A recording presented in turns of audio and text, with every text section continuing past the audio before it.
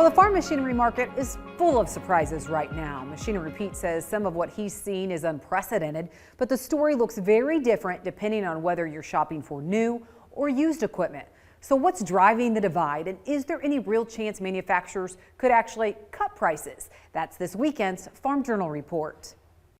Walk on any equipment lot in the Mid-South today. Honestly, I think right now the general mood of the farmers that I deal with is buckle up and hold on. And the sentiment is the same. Kirk Witcher and his wife took over his family's auction company in 2022. And since that time, Witcher has watched the used equipment market change. But 2025 put pressure on producers that he's never seen. We had some forecasts come out from different media outlets that we could lose as many as 30 to 40% of our farmers here in the Mid-South.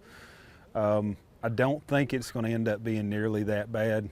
But it's definitely making everybody take a hard look at their finances, you know, whether they want to go ahead and retire now, even if that wasn't the plan. And then you've got a wave of people that probably right about now are meeting with their bankers, and by probably mid-February, you'll have a lot of guys that'll come to the realization that either they can't or it's madness to try to go ahead and farm again and potentially dig a hole even deeper. For Witcher, the past couple years have produced a noticeable shift. But I would say there's probably been a bigger shift away from selling a few pieces to let me look at selling everything. Machinery Pete has also seen more auctions, but not necessarily more equipment up for sale. The number of auctions is up. I believe the data I chewed on, the best I can get my arms around it, we saw a 4.5% jump in the raw number of machinery auctions in 25. But when you break that down, it's really interesting time because the amount of new to 3-year-old equipment items sold at auction last year dropped over 50%. I think tractors were down 51%, combines were down 52%. At the same time, the number of auctions is up. In 25, that bullseye shifted to the American farmer and the Canadian farmer, who's under financial pressure. So we're seeing more, people retire at the top end. We're seeing more restructures. We're seeing more forced sales. That plays into the K-shaped economy. Where are you on that K? Peterson says 2025 was full of surprises, but the biggest change came toward the end of the year. End of 25 into early 26 time, I'm seeing something that I've never seen before in my almost 36 and a half years now tracking this. And basically that's a little uptick in the value of good condition used equipment.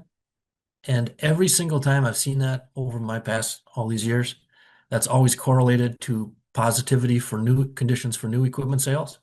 It's the first time I've seen this disconnect. Machinery Pete, along with his Moving Iron podcast co-host Casey Seymour, have also been noticing another unusual trend. The other thing I would say surprising 25 is the number of hours on machines now when you look them up. Right? If you go and look at what used to be the number of, like, for example, 500 hours on a season of use on a big row crop tractor, something like that.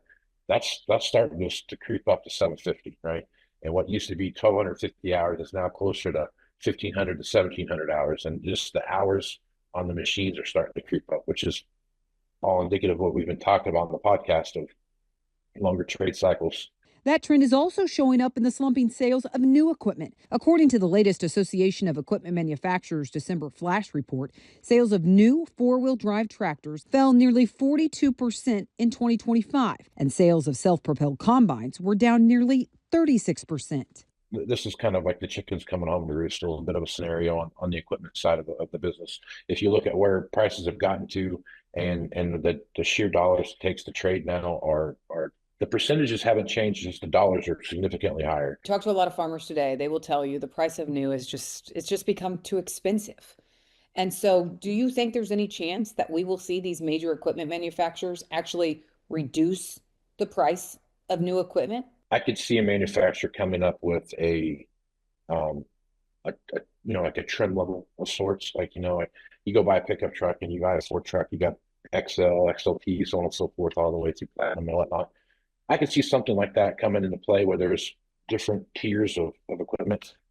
Just hey, we're going to cut the price of equipment by 20%.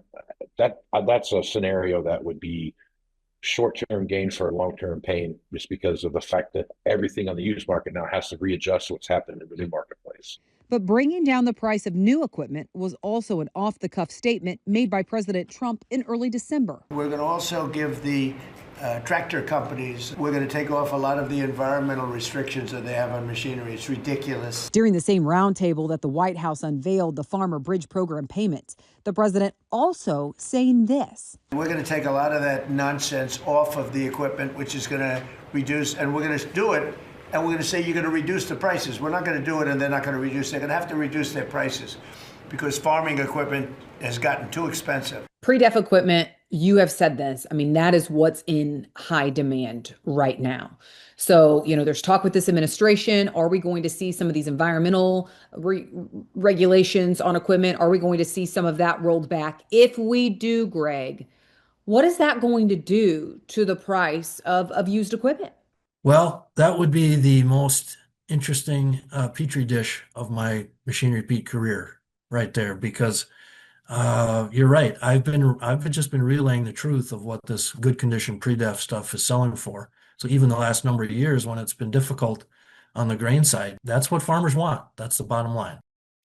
Well, when we come back, the agency once known as the Dust Bowl Bureau is cutting red tape and speeding up outdated computer systems that frustrate farmers. Even with staffing cuts, how USDA says it's modernizing. That's next.